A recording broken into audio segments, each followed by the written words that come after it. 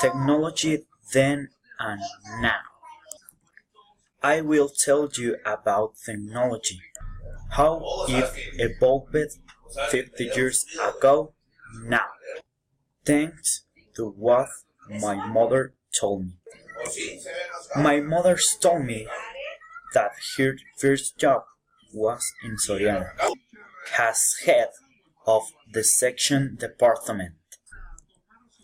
She told me that she used the computer with a special system for the company.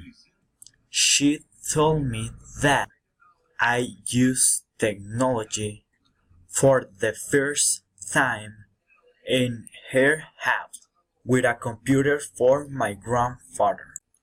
She told me it was the computer and the cell phone.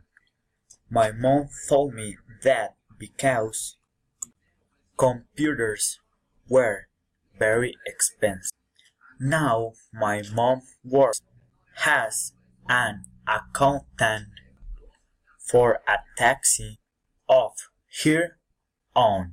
She now uses the computer and the cell phone. She told me that she learned to use it when she worked in Soriana. She now uses more cell phone to do accounts in her work now.